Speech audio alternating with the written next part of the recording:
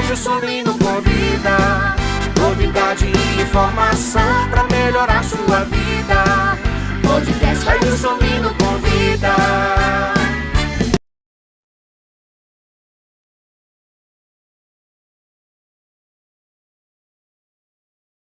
YouTube da Band News para você. E sempre a gente traz coisas novas, né?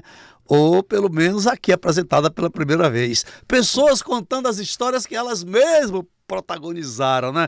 É muito bacana que aí não tem interpretações dúbias, né? Ele está contando a própria história dele. Hoje, ele vai além da própria história.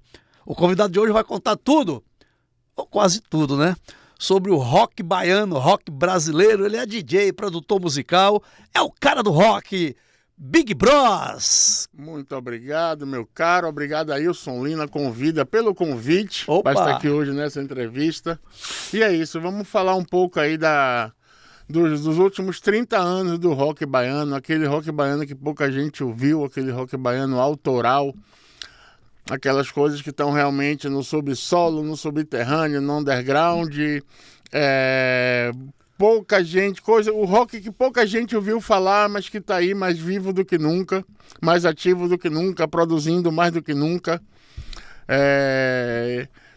E é um pouco disso, né? Eu tenho um amigo que costuma dizer que a Bahia é a terra do ouvir falar. Se você vai no seu barbeiro cortar o cabelo e ele está sabendo que vai ter aquele show, é porque aquele show vai ser sucesso. Se você produz um show numa pequena casa de show e antes do show começar já tem vendedores de cerveja na porta, é porque os vendedores de cerveja ficaram sabendo desse show e esse show vai ser sucesso. Então eu venho desse mundo aí, do mundo que está longe dos holofotes, do mundo que volta e meia está numa mídia, como agora, mas que hoje, com todo mundo tendo acesso a redes sociais, à internet, a produzir sua própria mídia,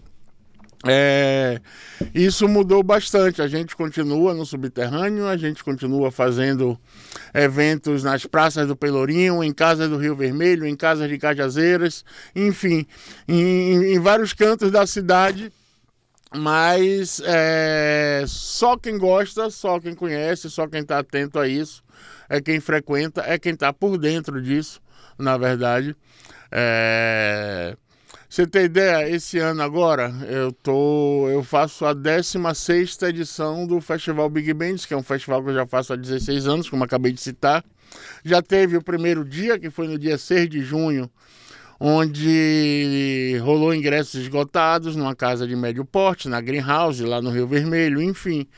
Trouxemos para essa edição o ex-vocalista da banda Judas Priest, uma banda de heavy metal conhecida mundialmente, com 50 anos de carreira. E, enfim, as pessoas que lotaram a casa ouviram falar, a grande mídia não viu falar disso, não soube disso. E é o que geralmente acontece. Você falou comigo mais cedo de Raul, se eu gostava de Raul. Raul é onipresente, Raul é um cara temporal, ele vai agradar, ele agrada a geração dos 80 anos, dos 70 anos, dos 50 anos. Você passa 10 anos sem ouvir Raul e daqui a 10 anos ouve de novo e descobre que ele existe. E eu estou falando de Raul para lhe chamar atenção para um fato muito comum do rock baiano. Hoje nós temos os 3 grandes nomes que para as pessoas, tipo assim, eu vi falar dessas pessoas, então elas foram sucesso ou fazem sucesso.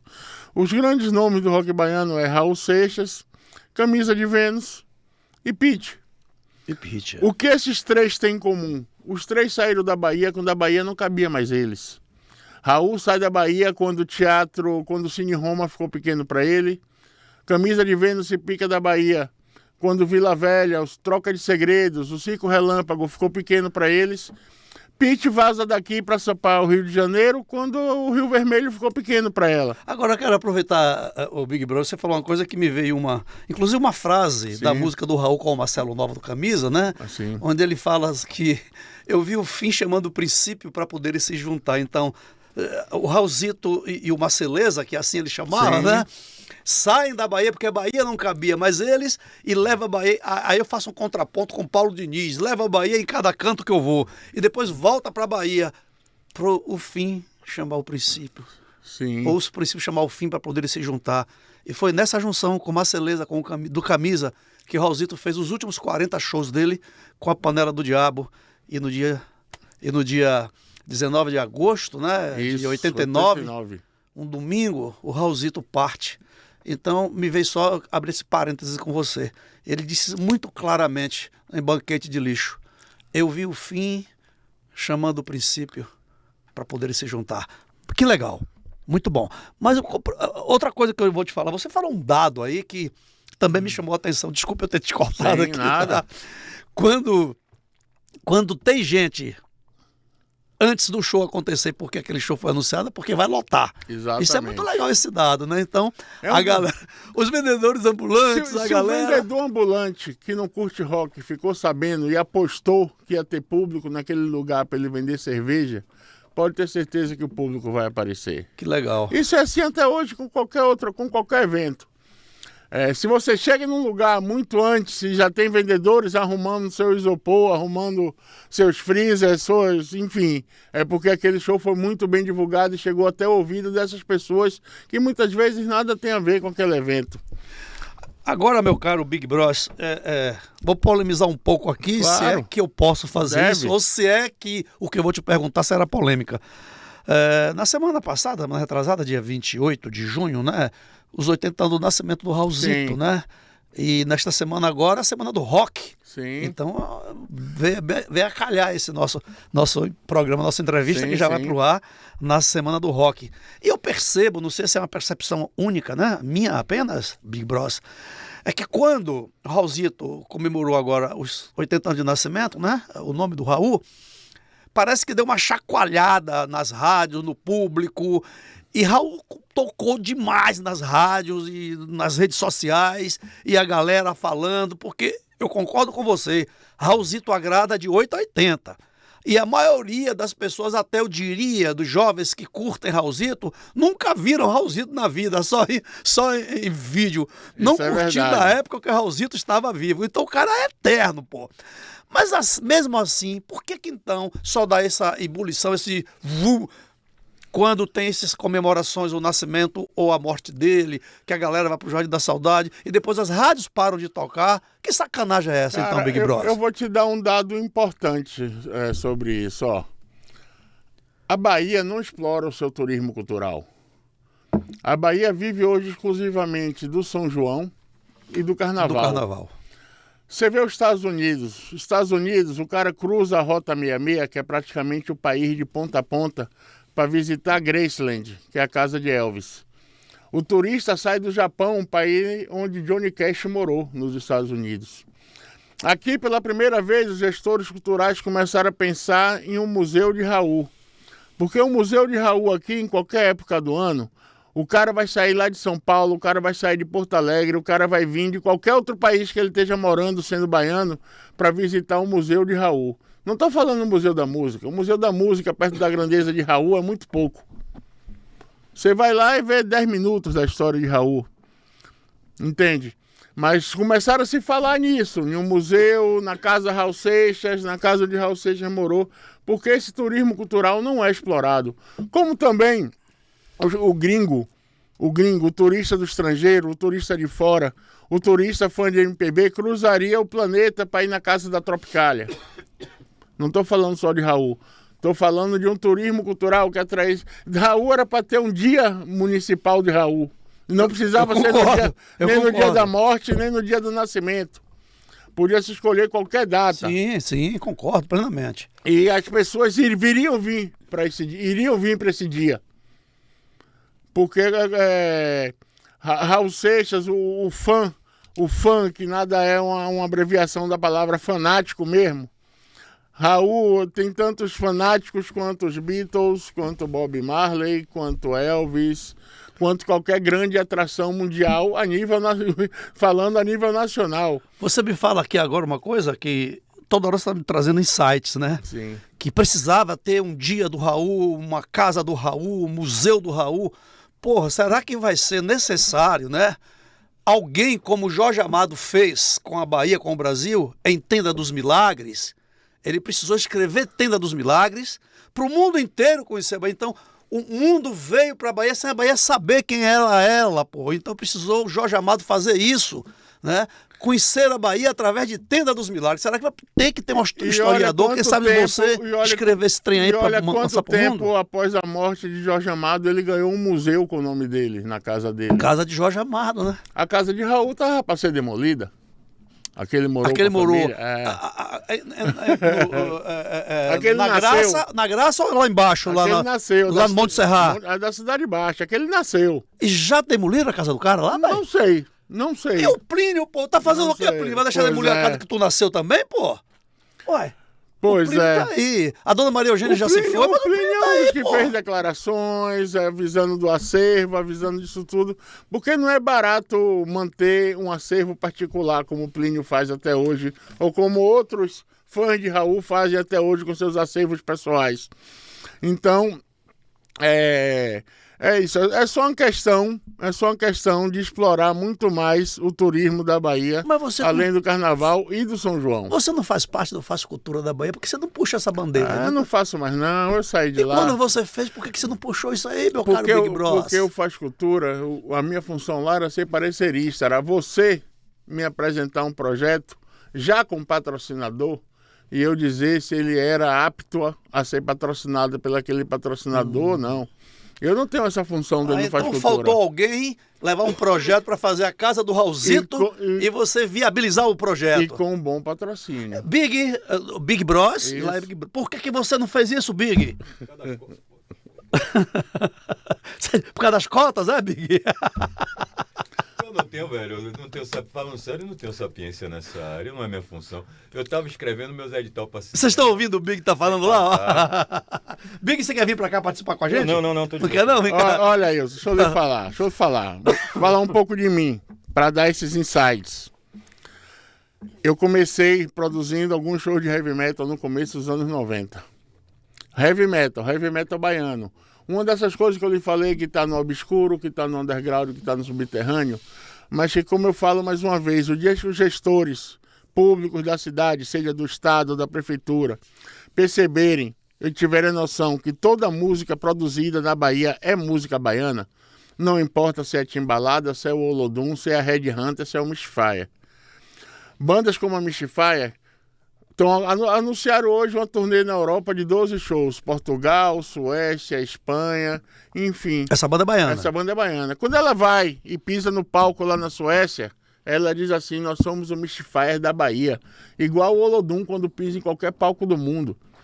Então essas bandas que estão no subterrâneo, que estão lá no obscuro da cidade, no underground da cidade, elas representam a Bahia como qualquer Caetano Veloso. Sim. Como qualquer outra pessoa. Então não se tem noção disso. A galera... aqui existe, você deve ter noção disso, o Palco do Rock, que acontece no Coqueiral de Piatã. Sim, é um sim, festival de 30 anos. Sim. 30 anos, entende? Tem uma média de 5 a 10 mil pessoas, a depender do dia, mas no mínimo 5 mil, 7 mil pessoas por dia em 4 dias de carnaval. Cerca de 30 mil pessoas passam por lá. Exatamente. Durante o período. Se cada um levantar o título de eleitor ali, são 7 mil votos. É verdade. Sacou? Só que aquilo, como eu disse, está em Itapuã, porque ele é jogado em Piatã. Ele é empurrado para Piatã. Para mim, pega esse público aí todo de preto, de gente feia, e joga lá para Piatã. Sacou? Não manda ninguém cobrir. Não manda ninguém cobrir esse carnaval aí. Porque lá o abandono é tão grande que não tem cerveja exclusiva. Lá você toma Heineken Long Neck. Foi mal falar o nome da marca, mas lá você tem gente vendendo chopp artesanal porque nem a fiscalização da cerveja bate o pé lá para ver o que tá certo e o que tá errado. Mas peraí, cara. Deixa eu lhe falar mais. É um lugar que tem mais de 100 a 150 barracas de camping no carnaval. De onde vem esse pessoal? De toda a região metropolitana de Salvador. Candeias, Simões Filho, Madre Deus, Mata de São João, Me lembro Camaçari, da Bahia. Dias d'Ávila. Pois é. E esse povo vota. E essa galera vai para lá e acampa numa situação que eles não têm uma cozinha comunitária. Eles não têm um banho de água doce quando acordam. Então era pensar em lugares como esse com mais carinho, já que eles existem há 30 anos. Então, quando eu digo que toda música na Bahia, feita na Bahia, é música baiana, é isso aí. É um festival que acontece há 30 anos, que hoje tem uma fama mundial. Artistas de todo o Brasil querem tocar no Brasil, no palco do rock. Porque eles têm aquelas imagens do público lotado, daquelas fotos que a banda tira do palco com um público enorme. Mas ainda precisa de ser olhado com muito mais carinho, com muito mais seriedade, de pensar nessas 5, 7 mil pessoas como voto. Agora, Big Bros, é tão reflexivo tudo isso que você está falando. Você está aí falando, discorrendo sobre o assunto, e eu estou aqui com meus neurônios aqui, ó, funcionando a 1000. Cara, aí, num tempo não tão remoto, você citou os 3 grandes pilares do Sim. rock, né? Que é a Pitty, o Raulzito Do Camisa de Vênus. e o Marceleza do Camisa de Vênus. Mas a gente vai um pouco atrás, a gente vê tantos outros roqueiros, tantas outras bandas de rock que também explodiram nos anos na década de 1980, 1970, final de 70, 80 e até no decorrer de 80, perto dos 90. Estou falando da Rita Lee também, né? Estou falando do próprio RPM, que já foi um rock já um tanto diferente, que não é aquele raiz do Raulzito, etc e tal. E o rock era, naquela época, eu diria para você, o maior pilar da música brasileira, claro, né? Tendo a sua identidade maior, a raiz da Bahia, né? Como você citou, a Pitty e o Raulzito. Mas por que esse rock perdeu essa força? Morreu? Eu vivi. Eu tinha 17, 18 anos no auge do rock baiano. Eu tenho 54 hoje.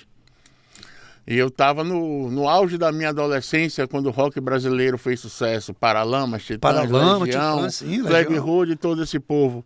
E eu vi todo esse poderoso rock nacional dos anos 80 perder o seu protagonismo na televisão, na mídia, em todo canto, para dar lugar ao Kaoma, para dar lugar a Beto Barbosa.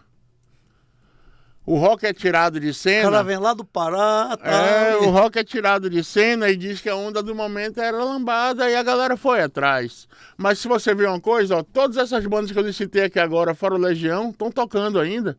Paralamas, Kid de Abelha, Ira, Plebe Rude, todos estão tocando. E os fãs dessas bandas aí, hoje você vai num show do Kid de Abelha, é o avô, é o pai, é o neto. É verdade. Que vai nos shows. Então essas bandas souberam envelhecer com seu público. Esse é o grande segredo do sucesso. Voltando a Pitty, Pitty lançou o primeiro álbum em 2003. Em 2023, ela fez um show comemorando os 20 anos desse álbum de graça no Rio Vermelho.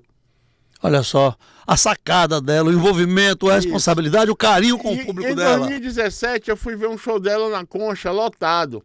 Ela vai na lota. Em 2017... as mães estavam com as filhas no ombro, mostrando para filhas o que elas curtiam quando tinham 15 anos. Então, Pitty segue esse caminho do público dela de 20 anos atrás, envelhecer com ela. Entende? Então, a gente estava falando todo esse lance aí dos anos 80, dessa virada. E de eu ver tudo isso perder a sua vez para lambada, ficar de lado para sua lambada. Mas eu sou de uma época, ó, a gente fez uma entrevista uma vez com o Felipe Cavalieri, que foi um dos grandes produtores daqui dos anos 80, produziu axé, produziu o rock baiano.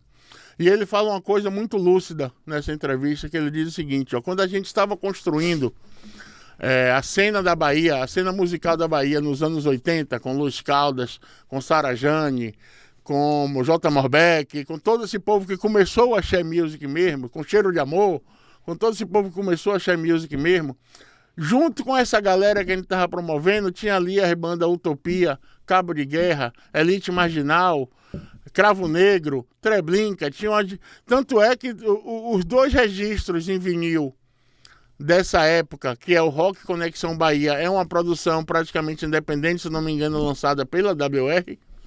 E o outro é o Rock 96, lançado pela extinta 96 FM, extinta porque pra gente do rock ela não existe mais há muito tempo como a rádio rock. Eu lembro muito bem da 96 FM, da Aratu, Léo Fera comandava lá. Isso. Eu me lembro demais, da 96 FM. Então, tudo que a Valieri tentou construir foi um espaço que coubesse todo mundo. Coubesse o rock da Bahia, coubesse o reggae da Bahia, coubesse o blues da Bahia, coubesse o jazz da Bahia, coubesse a música instrumental baiana, coubesse a axé music. Mas nos anos 90, tudo isso virou. Tudo isso foi... A Bahia criou algo chamado Contra-Jabá, que é o pagar para o seu artista não tocar.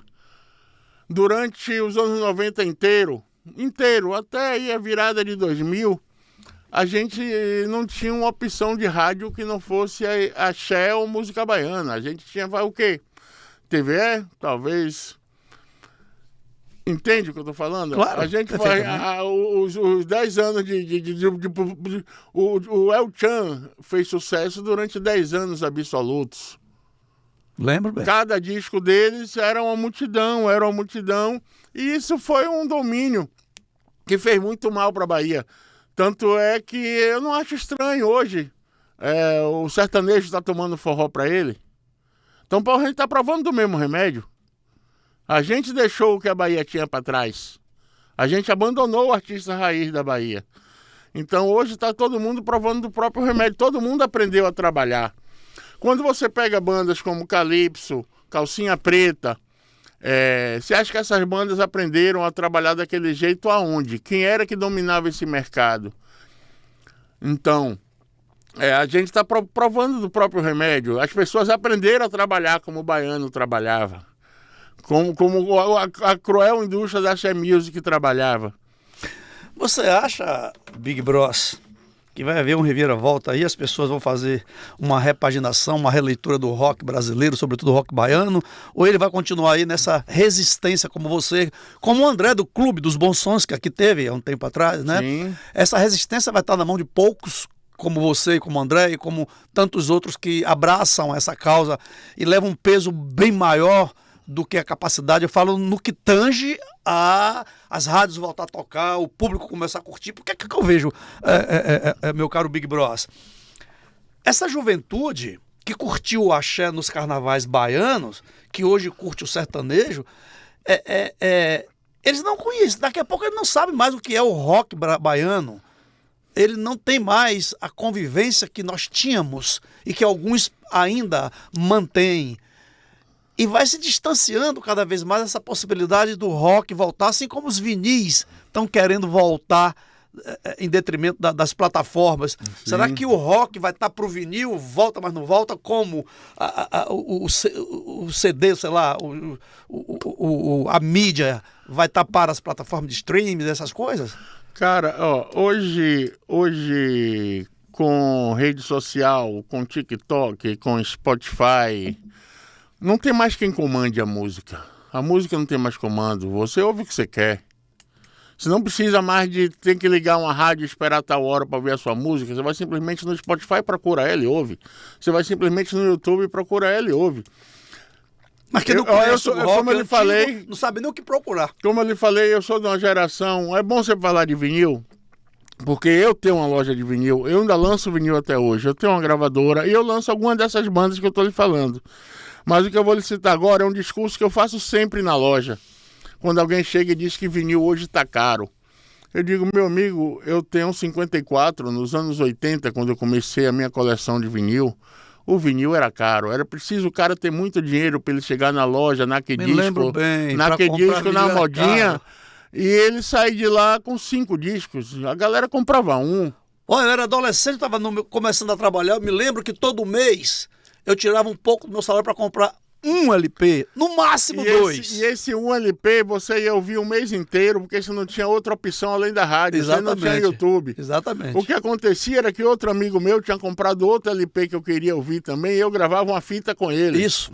Exatamente. Entende? E trocava, inclusive, os discos. Me empresta o seu LP de fulano de tal, que eu te empresto o meu de Beltrano. Isso. E a gente ficava emprestando discos, né? Essa pergunta... Era legal na época, viu, Big? Então, essa pergunta de se vai voltar, se não vai voltar, É bem complicado, porque é isso, não temos nenhum comando. Mas o que você vê hoje é festivais como Lollapalooza, como Rock in Rio, como o Bangers Open Air, que rolou agora no Festival Saúde Mental, o Monsters of Rock, outro festival que rolou, e esgotar ingresso nas primeiras 2 horas. Nas 2 horas, é verdade. Entende? Os maiores vendedores de ingressos do mundo ainda são bandas de rock. E o U2 ainda lidera como o maior vendedor de ingressos do mundo. E o nacional brasileiro, por que não lidera? Tem que ser U2. Porque não tem. Aqui no Brasil é outra pegada mesmo. É outra pegada. Ó, vou lhe dar um dado da época da Aquidisco. A Aquidisco foi um império de 147 lojas no Nordeste.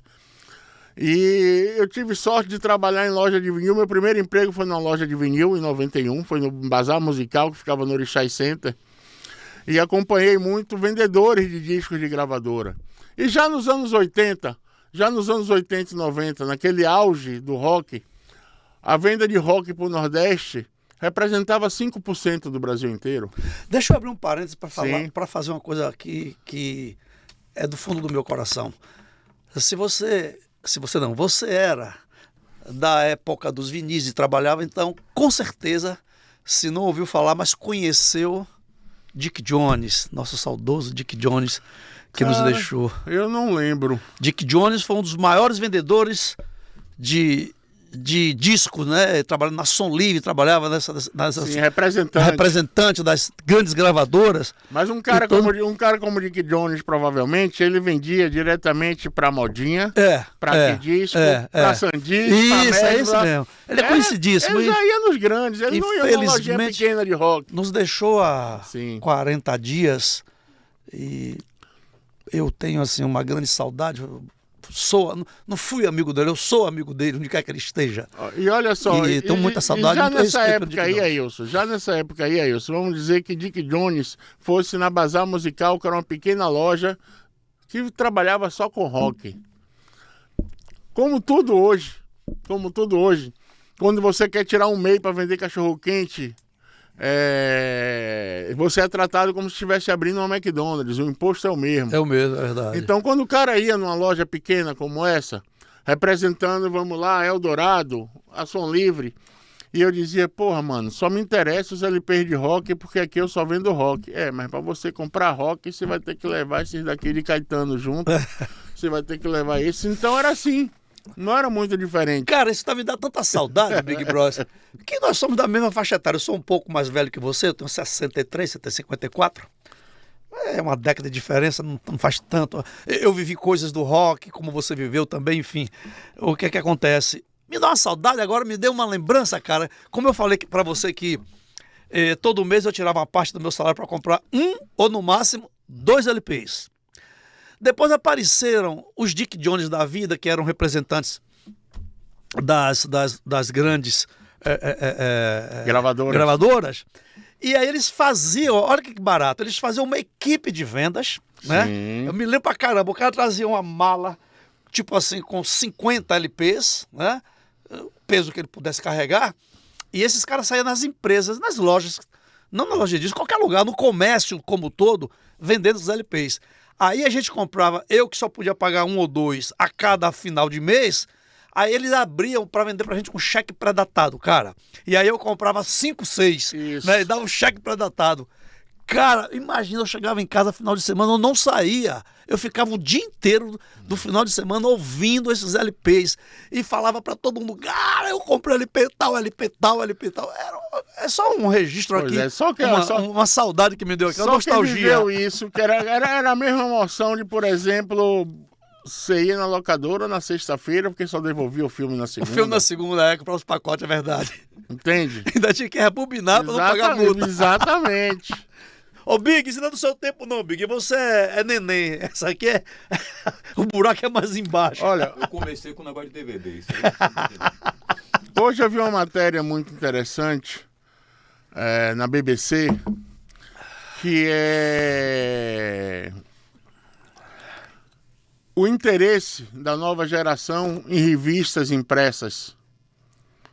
Por quê? Por causa da concentração.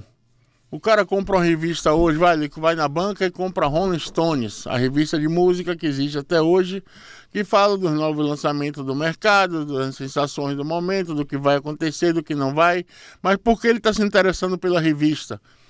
Porque a revista não tem propaganda no meio para distrair ele. Ele está lendo ali num site, não vai aparecer um cookie. É palpável, é pegável, é colecionável. E isso está voltando. Eu, como dono de uma loja de discos, de CDs, inclusive eu vendo até cassete, entende? Eu sei dessa procura, desse interesse de uma geração. A minha faixa de clientes ainda é de 40 anos para cima. Então, bora falar da sua loja. Sim. E essa galera que é a tua clientela, Sim. eles têm ainda o equipamento, né? A radiola, o toca-disco, o gravador, o toca-fita. Cara, olha Cara, só. me conta aí, como é que dá esse Uma mundo breve aí? pesquisa aí no Google, joga aí o Walkman novo, você vai ver que o Walkman fabrica até hoje. Até hoje, né? Nunca mais vi. Tem- É da tem- época do Big Alckmin. Tem mais de 40 modelos de toca-discos à venda no mercado. Você compra um toca-disco num shopping aqui de Salvador, Novo ainda, né? novo Em ainda. loja, né? E eu sempre aconselho consertar um antigo do que comprar um novo. Bora falar da sua loja, que agora eu me Sim, interessei, né? fale. Eu tenho uma vontade muito grande de fazer um acervo de vinil. Eu tive tantos vinis, cara, e acabou. Eu fui o cara empresta. que peguei no lixo. Porra, velho, ó. Foi o cara que pegou.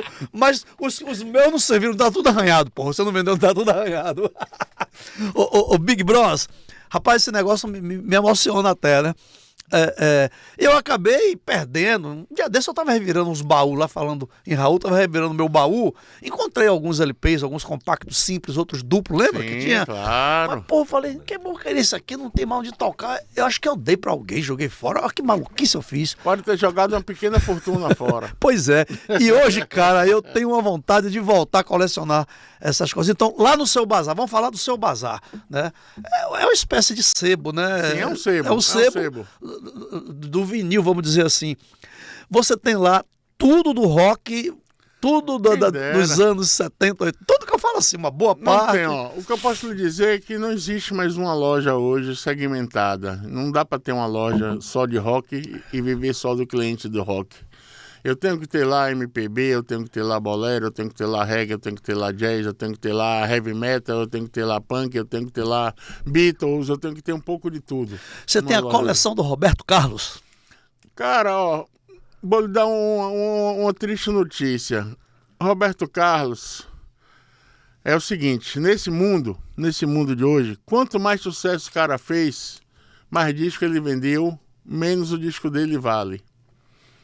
Roberto Carlos, É interessante essa digamos informação. que ó, os discos da Jovem Guarda de Roberto Carlos valem aí R$30. Os discos dos anos 80 de Roberto Carlos valem R$5.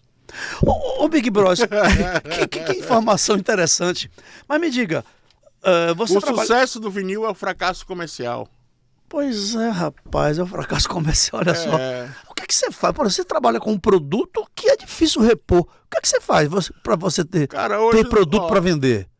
Ainda tem muita gente com coleção guardada numa garagem, ainda tem muita gente com vinil esquecido em algum canto da sala, naquela casa da ilha, naquela Então casa tá de aqui, Guarajuba. você compra toda essa... Compro todos isso aí. Galera, você que tá com muito chance vinil é em essa, casa, muito vinil, não sabe o que fazer, não tem a radiola, o toca-disco, tá? Olha. É uma pequena fortuna, como o Big falou aqui, o Isso. Big Bros. Um dado interessante sobre isso aí é o seguinte, ó. Quando o vinil deixa de ser fabricado no Brasil, em 1995, e todo mundo desesperadamente quis substituir seus LPs por CDs. CD teve uma vida curta demais. Pois é, mas todo mundo quis trocar, muita gente jogou fora como lixo mesmo, nessa mudança aí. E o CD foi empurrado em sua vida como se fosse uma coisa que ia durar para sempre. Hoje seu carro não tem mais aparelho de CD, seu computador não toca mais CD, você não consegue um aparelho de CD para comprar em loja nenhuma. Verdade. Como também hoje a mídia, o DVD não morreu, o DVD continua a ser fabricado, o vinil tem 3 fábricas ativas no Brasil. A diferença é o seguinte, meu caro, um artista... E o artista hoje grava vinil ainda? Grava. Um artista como Marisa Monte. Marisa Monte lança um disco novo. E ela tem um pequeno público dela que consome vinil. Então ela faz uma versão em vinil. Ela grava em vinil ela também. Faz uma versão em vinil. Só que quando ela era da gravadora enorme, na época que vinil vendia, ela saía com pelo menos 10 mil no primeiro mês no mercado. Hoje ela faz 500. E cada um desses custa em média R$300. Cara, Então só 500 pessoas no Brasil vão ter aquele disco. Mas o dinheiro agora vai para ela, não vai para as gravadoras. entendi. Entendeu? Proporcionalmente ela ganha bem mais. Agora, Exatamente. Big Bros, a qualidade do som no vinil é de fato superior ao que está se tocando por aí? Cara, ela é típica, ela é o som do vinil. Igual o som do vinil não vai ter outro, mas não é superior. Vou lhe dar um dado aqui, ó. Por exemplo, o cara que é fã de música clássica, o músico do clássico, que toca um violino, que toca numa orquestra, ele quer o som mais limpo possível, ele vai preferir o CD. Sim. O CD é bem mais limpo, não tem aquele chiadinho, não tem aquele contato da agulha no sulco. É. Entende? Ele quer clareza, ele quer ouvir o respiro do violinista. E isso só E o o CD digital, proporciona verdade. para ele. É verdade. Mas você quer ver mais um dado louco? Hoje você não consegue mais comprar um aparelho de DVD novo. Os DVDs estão indo pro lixo, como os LPs foram. Eu não vendo DVD em minha loja. DVD não tem praticamente um mercado vivo hoje. Quem apostou no Blu-ray foi quem se deu muito mal. É, rapaz, chegou e acabou. Pois é. Chegou morto. Pois Nat é, morto. Exatamente. Agora você falou uma coisa aqui, rapaz, eu sou muito fã e você tá me trazendo várias nostalgias, né? A agulha no sulco do vinil, Isso. né? E depois que a gente tocava, a gente passava a flanelinha para não ficar lixo ali, para não arranhar, né? E Quando botava se a agulha, fala, quando e se lá fala... tinha aquele chiadinho de conversar, era muito legal. Quando se fala na volta do vinil, tem que se pensar que o Brasil não fabrica ainda nem sua própria agulha, nem seu próprio tocadisco. A gente tem tocadiscos para comprar, mas não são nacionais. Olha, eu não sabia disso. Então, a volta do vinil é uma coisa tão utópica de se falar que o vinil está voltando, que é tão utópica que dizer que nos anos 80 a classe média baixa tinha coleção de vinil. Não tinha. Não tinha. A galera ouvia rádio. Rádio? Era rádio. Eu era classe média baixa, eu falei, eu comprava um LP a cada. É quando isso aí. Eu ganhava meu salário, pai- pô, meu não pai tem como tinha, ter. Meu pai tinha uma coleção de discos, mas meu pai não era aquele cara que comprava o lançamento do mês. Meu pai ia naquele balaio ali do Paz Mendonça e comprava Trio Iraquitã. Pô, eu me lembro, Big Bros, pô, você... Rapaz, parece que a gente vai voltar, voltou o tempo, eu me lembro. Ali na ladeira do Tabuão tinha um senhor que tinha um acervo, tinha talvez mais de 1000 LPs, só antigos, né? Sim. Vamos dizer que o LP, a preço de hoje, estivesse valendo, como você falou, R$100, um exemplo, né? Aquele ali, que era sebo, ele vendia por R$20. É Fazer um isso aí. pacote LPs, compacto, simples e duplo. E quando... Hoje a gente tem pelo menos 10 lojas em Salvador trabalhando com vinil. Me cita uma além da sua. Quero saber da sua. A minha sua. se chama Big Bazar, Fica onde? fica no Shopping Colonial, nos Barris, quase em frente à Biblioteca Central, ali do lado do Velho Espanha. Ali também tem a Discodélia, também Eu no quero falar Shopping da Colonial. sua, não quero falar de Sim. escondendo, eu quero falar da sua. Como é que chama a sua loja mesmo lá? Big Bazar. Big Bazar. Ô, Big, tem como a gente botar, ô, Juninho, tem como a gente botar Tem o aqui no ar o Insta dele e tal, da loja? Tem? Qual é o Insta seu, meu caro? Big Bazar Discos. Big Bazar Discos. Por favor. Agora sim, cara, eu fiz essa pergunta, você me respondeu, eu fiquei tão empolgado aqui, mas eu já não me lembro mais da resposta. O que é que você faz para repor seu acervo, seu estoque?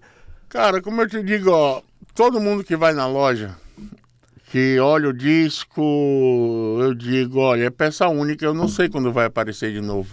Mas como eu lhe falei, foram milhões e milhões e milhões de cópias e muita gente ainda tem seus discos guardados, muita gente ainda tem disco esquecido na garagem, muita gente ainda tem disco esquecido, muita gente ainda... Os CDs, não existe um... Como a volta do vinil é utópica, a volta do CD também. Mas mais do que nunca as pessoas voltaram a comprar CDs. Como eu lhe falei, as pessoas querem pegar...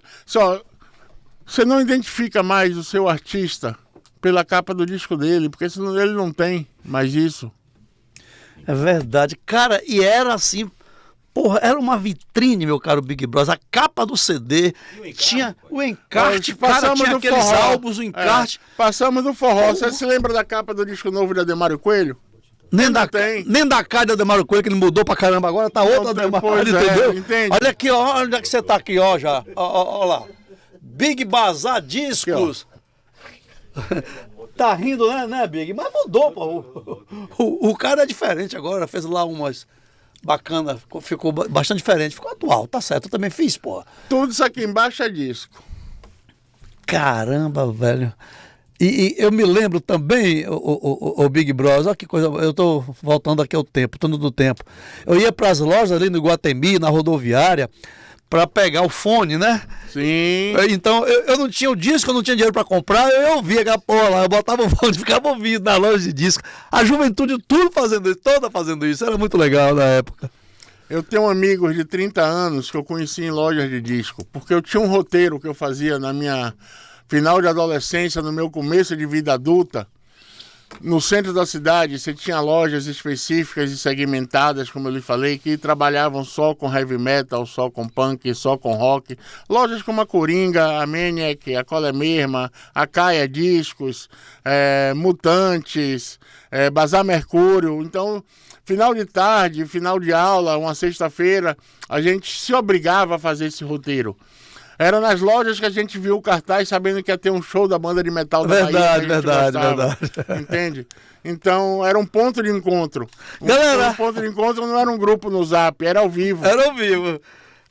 Esse cara aqui é o Rogério Pereira Brito, Big Bros. Isso. Eu quero falar mais um pouco o seguinte. Você tem muita coisa que você está fazendo pelo rock baiano, pelo rock brasileiro, pela cultura musical como um todo. Você tem festival Big Bands. Eu quero que vamos falar desses festivais, vamos falar da trinca de selo, bora falar desse ô Big Brother, ô Big Brother, não, eu tô confundindo. É o Big de lá, porque tem um Big aqui, outro Big lá, né? Isso. Esse cara aqui, bicho, a gente tem que fazer uma entrevista 200 vezes por dia, porque ele tem muita coisa para falar. É muito pouco tempo pra gente colher tudo que tem aí nessa árvore do conhecimento, do saber. Vamos lá, vamos falar do Festival Big Bands, vamos falar das suas palestras. Minha vida se resume a mais ou menos isso aqui, ó. Eu trabalhei em muitos festivais, eu trabalhei num festival chamado Garage Rock, que aconteceu durante 10 anos. Era um festival que não era eu que produzia, mas foi a minha faculdade. Foi o que me ensinou muita coisa sobre o meu trabalho, foi ter trabalhado nesse festival durante tanto tempo. E era um festival que é o seguinte, que ele acontecia o mês de julho inteiro, toda sexta e sábado, acontecia em diversos lugares da cidade, Faculdade de Economia, Praça Teresa Batista, Crioulo e Cajun no Pelourinho, extintas casas de show dos anos 90. Mas esse festival era de importância tão grande que era o seguinte, para você tocar nele, sua banda tinha que se inscrever com uma música gravada, ainda era a época do cassete, o cassete imperava, não existia aqueles gravadores de CDs ainda, o CD era uma coisa muito distante dessa realidade, então a gente recebia uma média já nos anos 90 de 150 a 200 inscrições para festivais, todas essas bandas tiveram que ir para um estúdio, gravar uma música, 2, para entregar a fitinha lá, para passar pela curadoria, para tocar no festival. Então, ao mesmo tempo, esse festival movimentava toda uma economia criativa da cidade, ocupando estúdios, comprando instrumento, comprando corda de guitarra, enfim. Logo após isso, eu estou falando desse festival mais antigo porque minha vida se resume a isso. Quando eu cansei do Garage Rock, eu ainda trabalhei no festival chamado Mumbaia, mas eu sempre fui nessa pegada. Eu não gostava da programação de um festival. O festival não tocava as bandas que eu gostava, eu resolvi fazer o meu. Assim surgiu o Big Bands. Eu percebi uma época, nos anos 90 eu viajava muito para festivais para fora da Bahia, como abriu para o Rock em Recife, Expo Alternative no Rio de Janeiro, Junta Tribo em Campinas. E para esses festivais o que era que eu fazia? Eu juntava essas fitas cassetes dessas bandas daqui E tentava, sempre que eu ia a um festival desse, entregar numa mão certa. Ao Fábio Massari, da MTV, toma aqui 10 bandas da Bahia para você conhecer. Então, essa era a pegada. Eu não cobrava por esse serviço, mas eu tinha necessidade que o resto do Brasil soubesse que existia uma cena rock na Bahia antes da internet. Então eu saía com a mochila, às vezes com 200 fitas da Licergia, da Dois Sapos e Meio, da Encoma, que é a primeira banda de pitch, da Dedé de Billis, da Doutor Cascadura, de diversas bandas dos anos 90 da cidade, e ia viajando esses festivais por minha conta. Então, quando caiu a primeira ficha, foi o seguinte: porra, as gravadoras, as pequenas gravadoras que atuam nesse mercado, que é do meu segmento, não contratam as bandas da Bahia. Eu vou montar a minha gravadora. Aí eu montei a Big Bros Records. A Big Bros Records lançou pelo menos aí uns 100 títulos de maneira física, entre CDs e LPs e etc. E hoje são 400 títulos lançados no Bandcamp. Tá em todas as redes de música, pelo Trinca de Selos mesmo. Trinca de Selos tem Big Bros Records, são rock discos, né? Isso. A Trinca de Selos, o que Brechó aconteceu? disco. A Trinca de Selos, o que aconteceu? Eu já tinha Big Bros, e aqui em Salvador tinha a Brechó Discos e tinha São Rock Discos. O que é que a gente fez? Vamos se juntar nós três para o prejuízo ser coletivo, não ser só meu. Ou o lucro. Que nunca houve, na verdade, mas se mantém vivo até hoje. Meu irmão, é na dor e no amor. Exatamente. Então a Trinca de Selos hoje, somando como coletivamente, são mais de 400 títulos lançados. Que não é pouca coisa não, Não é pouca coisa não. Então, essas histórias todas, com isso eu fiz o festival Big Band, que está na sua 16ª edição. São 16 edições, onde eu trouxe bandas da Itália, da Finlândia, do Uruguai, de Dubai, da África do Sul. Esse ano, uma dos Estados Unidos. E em 16 edições eu tive verba pública ou privada apenas em 2 edições. Eu ganhei um edital em 2009 de R$50 mil. Ganhei um prêmio Funarte em 2012 de R$50 mil. Esse é todo o apoio que era um valor desse tamanho. Exatamente. Diante da necessidade que você diante tinha. Do cachê de VEX no carnaval. Ixi, Maria. Sacou? Então... De VEX... Eu acho, cachê de VEX eu fazia mil festival. É a fração. Pois é. Então...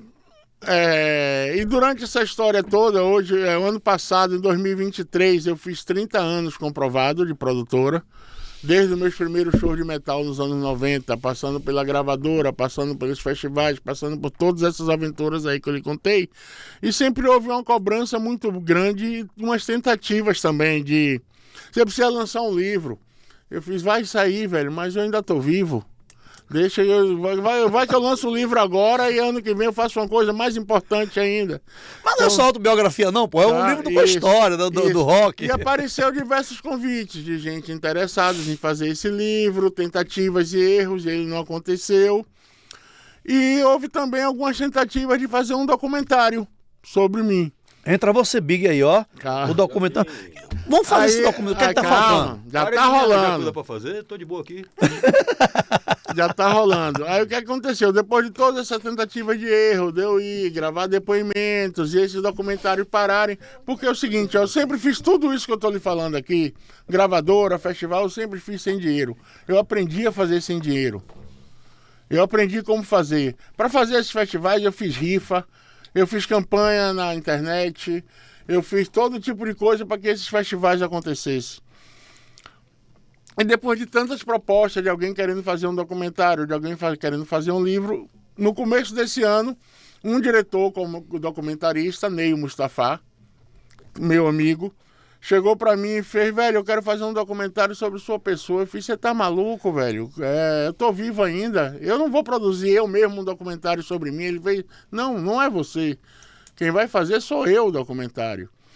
E aí, com a junção de outro amigo, um profissional renomado, cameraman, diretor de fotografia, entre outras coisas, Pedro Semanovski, se juntaram e começamos a ter reunião sobre a possibilidade desse documentário.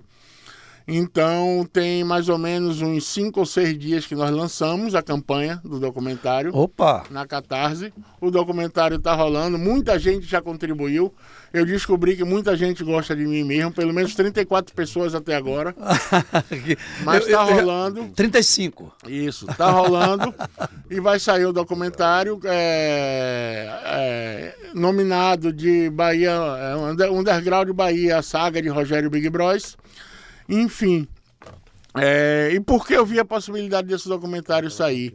Porque era como eu faria se fosse rolar um festival, se eu tivesse que produzir aquele festival. A gente não está dependendo de um edital, a gente não está dependendo de um patrocinador, a gente está dependendo de 30 anos de pessoas que eu ajudei durante esses 30 anos para contribuírem de alguma forma para que ele aconteça.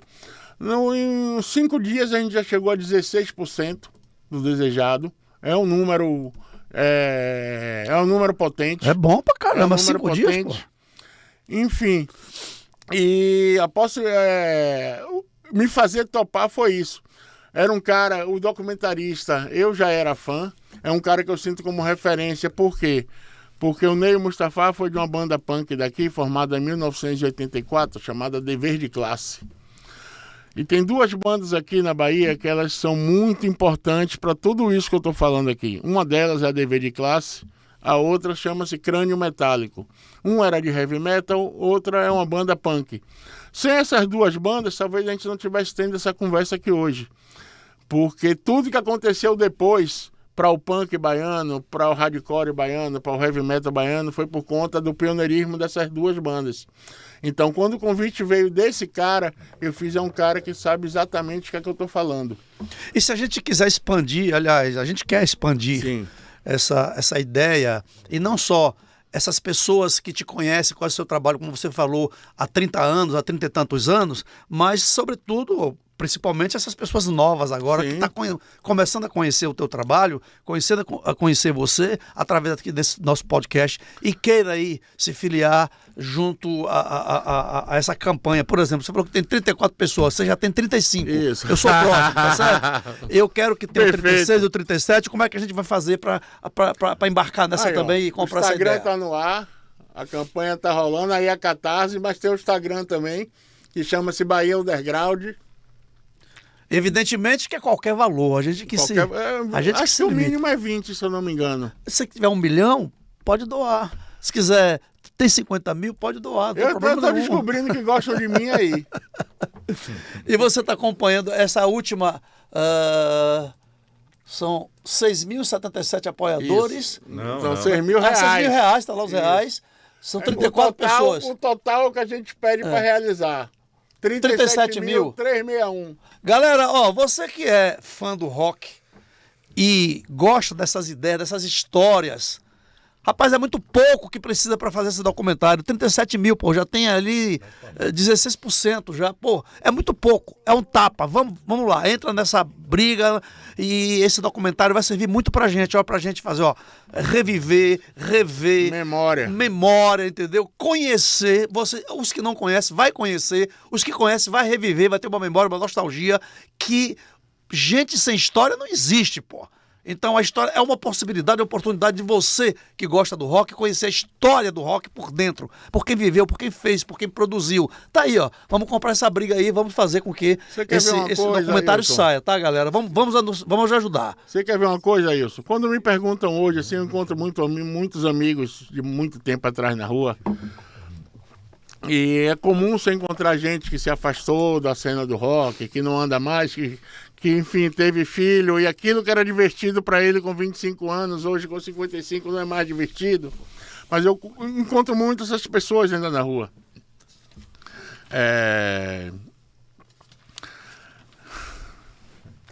Pô, perdi a chave. Não, você foi pego pela emoção. Por menos que você queira dizer, mas é emoção. Foi emoção mesmo. E isso é completamente... Sim, voltou a chave, achei a chave. É o seguinte, quando me perguntam assim, tá rolando rock na Bahia? E aí, não tá rolando nada, né? Eu disse, não tá rolando nada como? Você falou em chave, me dê a chave Pix logo desse negócio aí pra gente falar aí. Qual é a chave Pix? Tem aí pra botar no ar? Rapaz, vamos ajudar, eu vou comprar essa. Pelo site mesmo, aí é Catarse. Catarse, né? Ailson. Oi. Aproveita que ele perdeu a chave e fala do consórcio. Para aí. Aí deixa eu falar, cara. É o Big, nosso produtor aqui, ó. É o que me empolguei tanto sobre a história que eu acabei esquecendo nosso Sabe oxigênio. aquela história toda que gerou essa conversa do rock tá esquecido, a galera não tá indo? Eu sou um privilegiado, cara. Ó, semana passada teve show pelo menos os shows que eu gosto de frequentar de rock pesado, de punk. Eu tive show aqui na sexta, eu tive show aqui no sábado. Salvador tem uma agenda incrível toda semana em locais como Discodelia, Pub Rock, Brothers of Metal em Cajazeiras. Por incrível que pareça, o rock é periférico. Eu saía do Caminho de Areia com meus 17, 18 anos para eu ouvir rock, ouvir heavy metal em Mussurunga. Sabe a história que eu lhe falei que eu conheci Dadá? Sim. Foi com essa galera do heavy metal de Mussurunga, que a galera dizia, ó, ali Você é Dadá. fala, Dadá, a viúva de Dadá, Curisco. A viúva de Curisco. Eu dizia, qual é, rapaz, tá maluco? Até um dia aqui em casa, assistindo o Jornal de Meio-Dia, aparece, morre Dadá, mulher de Curisco. E era a casa de Mussurunga, Olha que só. a gente ia ouvir heavy metal. Então o heavy metal, o punk, quando eu comecei a ouvir, era no Clube Flamenguinho em Piripiri. Era Lembro no Clube demais do Flamenguinho. Era no Clube Santa Cruz, na Ribeira. Não era no Itaigara. Não era no Rio Vermelho. Hoje está no Rio Vermelho, porque o Rio Vermelho abraçou a gente de novo. Mas o rock era nas periferias que a gente ouvia, era em Baixa de Quintas, era em São Caetano. Verdade. Entende? Maravilha. Pois é, rapaz. E você ouviu rock na periferia, nos bairros periféricos, nos bairros longe, nesses lugares, porque as pessoas se locomoviam com muita facilidade, porque já embarcava num carro Chevrolet. E o Chevrolet não vai a pé. Quem quer chegar, vai de Chevrolet. E por falar em Chevrolet, você que está pensando em comprar o seu carro agora, eu tenho uma novidade que você não vai deixar passar. A Chevrolet completa 100 anos no Brasil, um século aqui no Brasil. O consórcio da fábrica dela, 47 anos está fazendo agora em 2025. Chevrolet 100 anos e o consórcio Chevrolet 47. E nessa brincadeira toda, nesses aniversários, tanto de um quanto o outro, você que ganhou o presente. Fizemos um grupo especial, onde você vai concorrer a um prêmio de R$100 mil todo mês, pelos 100 anos da Chevrolet no Brasil. E a gente também expandiu a possibilidade de você ser contemplado nesse grupo especial. Consórcio é conhecido por sorteio e lance apenas. Nesse da Chevrolet não, vai mais além. Sorteio, naturalmente, para não fugir da regra do Banco Central. E o lance, que ele se expande. Temos várias modalidades do lance. Lance livre, esse você já sabe. Quem der mais, leva. Temos o lance fixo. Nesta modalidade, todos serão contemplados com apenas 30%. Não é 29%, nem é 31%, não. Nem é menos, nem é mais. 30%. Igualdade de condição para todos, tá? E temos também, mas você fala, eu não tenho dinheiro nem para lance livre, nem uns 30%. Não tem problema, a Chevrolet pensou em você. Existe o lance embutido. O que é isso? Você vai utilizar da própria carta de crédito, você vai tomar um dinheiro emprestado da própria carta de crédito, sem juros, e vai ofertar esse lance. Lance embutido. Como vovó já dizia, é fritar o porco na mesma banha.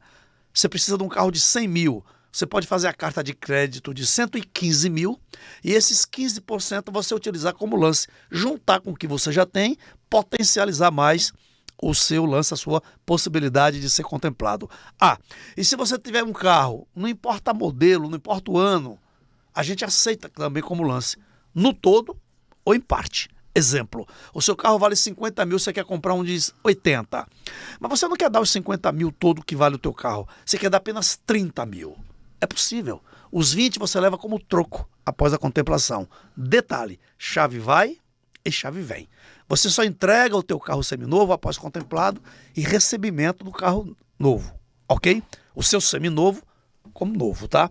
Então, tá aí todas as possibilidades para que você não perca essa oportunidade. E vai logo, hein? Entra em contato, aponta a câmera do teu celular, que meu amigo vai jogar aqui no vídeo agora, para o QR Code que está na tela, e o seu contato vai cair diretamente na nossa equipe, no nosso time de vendas do consórcio Chevrolet, direto, tá? Aí você vai conversar, vai dizer quais são as suas necessidades, nós vamos confrontá-las com as nossas possibilidades e certamente vamos chegar a um denominador comum. Vai te agradar porque você vai comprar, vai nos agradar porque a gente vai vender. Então existe algo em comum entre nós. Você precisa comprar um carro, nós temos um carro para te vender, sem juros, sem burocracia, através do consórcio Chevrolet da fábrica para você. Pois é, meu caro Big Bros. Muito bom, meu caro. Consórcio Chevrolet. A Chevrolet está vindo agora, inclusive, com carro elétrico, né? Bom. Totalmente elétrico, está chegando. Está remodelando também aí o Onix, o Tracker, e está trazendo um carro totalmente elétrico, que vai bombar. Mas, cara, eu lembrei até do Raulzito, né, de uma música, como vovó já dizia, né? Cara, estamos chegando ao final. Eu não queria, não, mas o ponteiro dos relógios é um problema, né? Não é mais ponteiro. Você está falando em vinil, eu estou falando relógio de ponteiro, né, pô? Olha aí, digital. O que é que você tem para dizer para gente? Qual a mensagem você fala aí para essa galera que gosta do rock, aqueles que querem conhecer o rock? Quais os caminhos? O que é que você proporciona? Essa tribuna é sua. Manda brasa, Big Bros. A receita do sucesso. A receita do sucesso. Eu sei o que não deve ser feito. O segredo do sucesso eu não sei não. Galera desiste de seus sonhos muito fácil, então não desista não. Se você pensa em ser músico de rock, se você pensa em montar uma banda de rock, primeiro se divirta, cara. Esqueça essa história de fazer sucesso. Primeiro toque na sua garagem, faça sucesso na sua rua, faça sucesso na sua casa. Primeiro faça sucesso no seu bairro, sacou? Para depois pensar em ganhar dinheiro com isso. Se você pensar só no dinheiro, você não vai se divertir nunca. Você vai vender sua guitarra e você vai estudar para concurso, sacou? Então é isso, velho. Não vá se divertir primeiro, que é o que importa. E se lembre, o que lhe diverte com 18 vai se lhe divertir com 28, com 38, com 48. Não deixe que isso seja só uma fase na sua vida. Se divirta com ele. O rock foi feito para você se divertir, não para preocupar sua cabeça. Isso não é um conselho, é uma dica de quem tá no ramo, de quem foi, e sempre será feliz. É o que mais importa, é a felicidade. Isso. Faça coisa como o nosso querido Rogério Brito, Big Bros, está falando. Mesmo. Cara, eu quero te agradecer imensamente. Para mim foi uma catarse. Não tão somente a catarse, mas foi uma catarse mesmo de individuação, de satisfação plena, de prazer pela sua história, por discorrer sobre o rock, que eu adoro tanto, por você... Muito obrigado, meu caro. Eu que agradeço. Quase tudo que eu vivi. Estou às ordens. Obrigado, cara. Até a próxima. Pois é, galera. Quer mais? Semana que vem tem. Valeu, galera. Um abraço. Fui. Aí o Somino convida. Novidade e informação pra melhorar sua vida. Podcast Aí o Somino convida.